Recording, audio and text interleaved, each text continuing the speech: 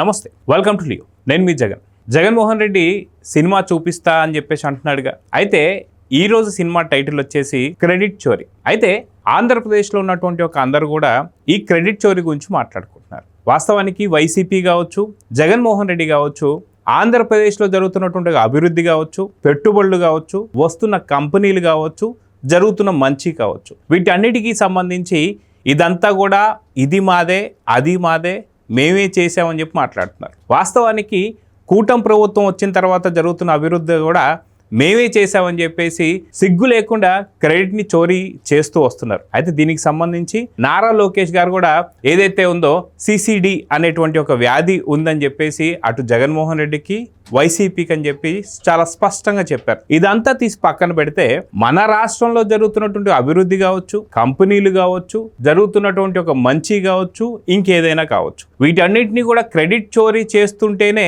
ఆంధ్రప్రదేశ్లో ఉన్నటువంటి ఒక ప్రజలందరూ కూడా నవ్వుతున్నారు. వైఎస్ జగన్మోహన్ రెడ్డి గారిని చూసి, వైసీపీ నేతలను చూసి. అయితే ఇప్పుడున్నటువంటి ఒక పరిస్థితుల్లో వైసీపీ కావచ్చు, జగన్మోహన్ రెడ్డి కావచ్చు, మన రాష్ట్రంలోనే కాకుండా పక్క రాష్ట్రంలో ఏది జరిగినా సరే అది కూడా మా వాళ్ళే అని చెప్పి మాట్లాడుతున్నారు. అయితే నిన్న 5 రాష్ట్రాలకు సంబంధించినటువంటి ఒక ఎలక్షన్ ఫలితాలు అయితే బయటపడ్డాయి. ఎలక్షన్ ఫలితాలు బయటపడిన వెనువెంటనే ముందు నుంచే రెడీ చేసుకొని పెట్టుకున్నారు. ఏంటి, వైఎస్ జగన్మోహన్ రెడ్డి గారు గతంలో ఎవరితో అయితే ఫోటోలు దిగారో అన్ని ఫోటోలు కూడా రెడీ చేసి పెట్టుకున్నారు.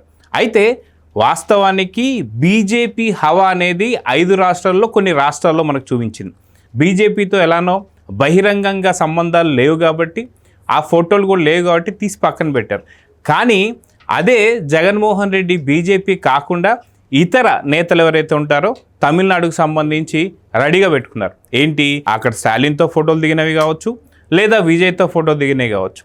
వాస్తవానికి ఊహించని ఫలితాలు రావడంతో ముందుగానే స్టాలిన్తో దిగిన ఫోటోలు కావచ్చు, ఉదయనిధి స్టాలిన్తో దిగిన ఫోటోలు కావచ్చు, ఇవన్నీ కూడా రెడీగా పెట్టేసుకొని ఒక హంగామా చేసేద్దామని చెప్పి రెడీ అయిపోయాడు. ఎందుకంటే డిఎంకే పార్టీ గెలిస్తే నా వల్లే గెలిచారని చెప్పేసి ఆ ఫోటోలు బయట పెట్టి, ఇదిగో చూసారా నా వల్లే గెలిచారని చెప్పి చెప్దాం అనుకున్నాడు. కానీ అనుకోకుండా, అనూహ్యంగా, వాస్తవానికి ఏ సర్వే రిపోర్ట్లు కూడా చెప్పాల, ఓన్లీ ఒకే ఒక సర్వే రిపోర్ట్ చెప్పింది. మిగతా సర్వే రిపోర్ట్లు అన్నీ కూడా టీవీకేకి ఓన్లీ 10 నుంచి 15 సీట్లు మాత్రమే వస్తాయి అని చెప్పేసి అన్నారు. అనుకోకుండా టీవీకే గెలవడంతో విజయ్తో దిగిన ఫోటోలు కూడా తీసేసి బయటపెట్టి, అక్కడెక్కడో ప్రచారానికి వెళ్తున్నటువంటి సమయంలో అక్కడ జగన్మోహన్ రెడ్డి గారితో దిగినటువంటి ఫోటో ఎవరో తీసుకొచ్చి ఇవ్వడంతో అక్కడ ఆయన ఫోటో చూపించడం ఒక్కటి తీసుకొని, దాంతో జగన్మోహన్ రెడ్డి వల్లే తమిళనాడులో ఉన్నటువంటి ఒక రాజకీయం మొత్తం కంప్లీట్గా మారిపోయింది ఆ ఒక్క ఫోటో పట్టుకోవడం వల్ల అని చెప్పేసి అంటున్నారు.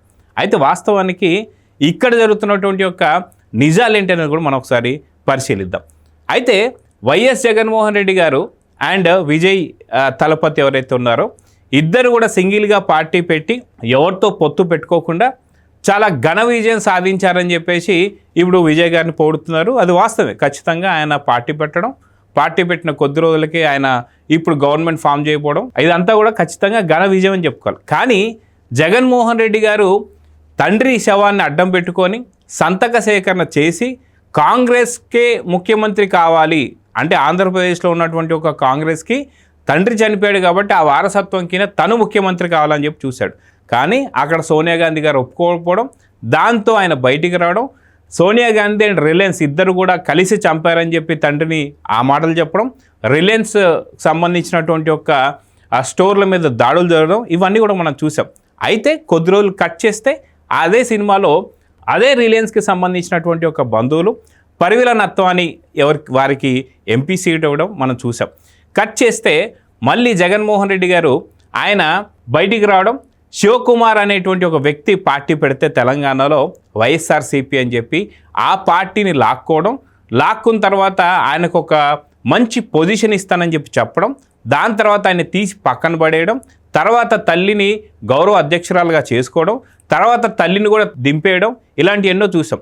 అయితే నిజంగా జగన్మోహన్ రెడ్డి గారు మొట్టమొదటిసారిగానే ఇప్పుడు విజయ్లాగా అంత ఘన విజయం సాధించారా?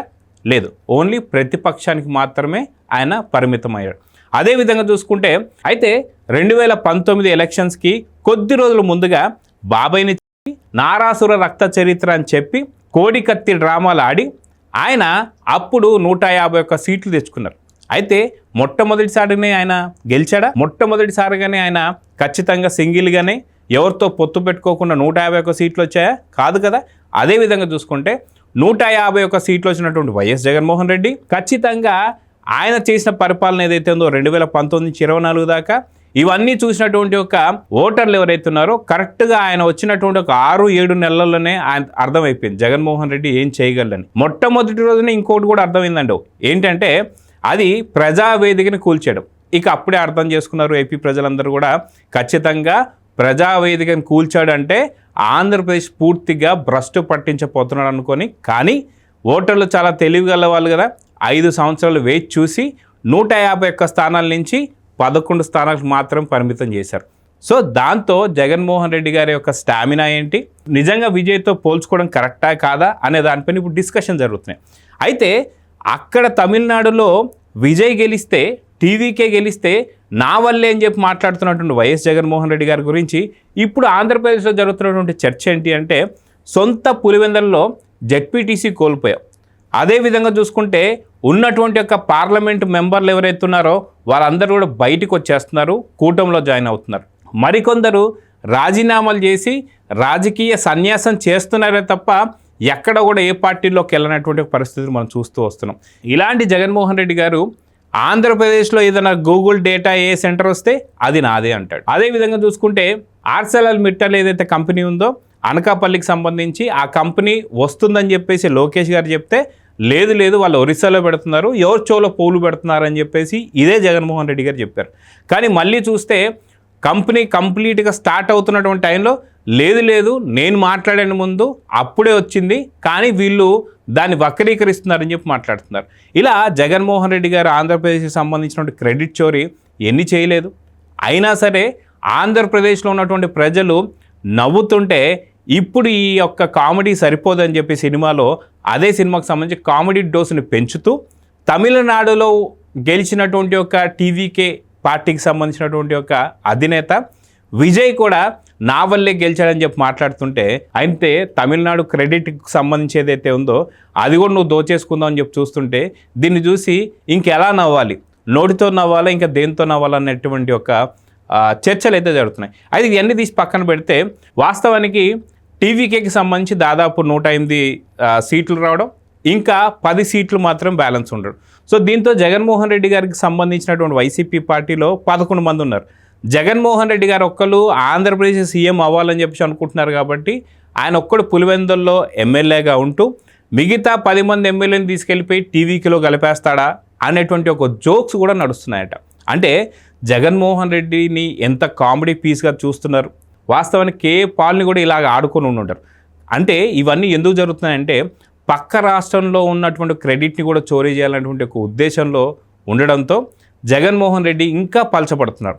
నిజంగా మాజీ ముఖ్యమంత్రి హోదాను కూడా తను ఎప్పుడో కోల్పోయాడు. ఉన్నటువంటి ఒక పరిస్థితుల్లో తన్ని ఒక వార్డు మెంబర్కి కూడా చూడడం లేదు. సో ఇలాంటి పరిస్థితుల్లో మీరేమనుకుంటున్నారు? తమిళనాడుకు సంబంధించినటువంటి క్రెడిట్ని కూడా జగన్మోహన్ రెడ్డి తన ఖాతాలో వేసుకోవాలనుకుంటున్నాడంటే దీన్ని ఎలా చూస్తారు? ఈ విషయం గురించి, ఈ సినిమా గురించి మీ రివ్యూ ఎంత, మీ రేటింగ్ ఎంత? కామెంట్స్ రూపంలో తెలియజేయండి. నమస్తే. Please subscribe to Leo news for more videos.